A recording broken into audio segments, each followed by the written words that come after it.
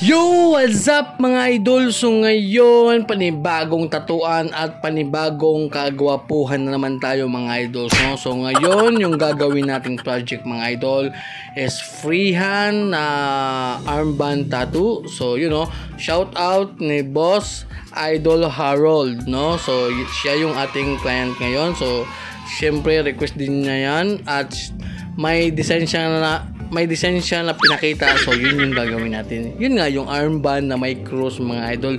So alam nyo ba mga idol na ito yung isa sa pinakamahirap kasi nga line work siya mga idol. So basta mahirap to mga idol. Yun, titingnan na natin kung makakayanan ba to ni Boss Idol Harold. So syempre mga idol, yung ginamit nating needles dito mga idol is dalawang sizes lang mga idol. So yung lining is 3RL, tapos yung shading naman mga idol is 9RM. So yan lang yung mga needles na ginamit natin dito mga idol.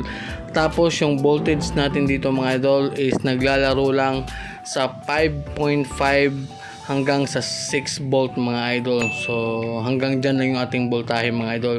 So syempre gamit pa din yung ating Big Waps cartridges. So napakatalim na needles mga idol. You know, natapos na pala tayo mga idol.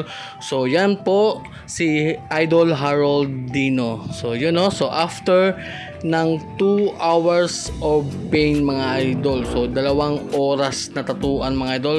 So yan yung ating final result na armband tattoo with cross mga idol, no? So you know, napaka-astig talaga namang na-satisfy yung ating client dyan at sabi niya babalik pa daw siya sa next session para magpatato ulit, no? So yun, shoutout sa iyo idol at maraming salamat sa tiwala at syempre kung umabot ka hanggang dito ay maraming salamat din sa iyo idol. So yun lang.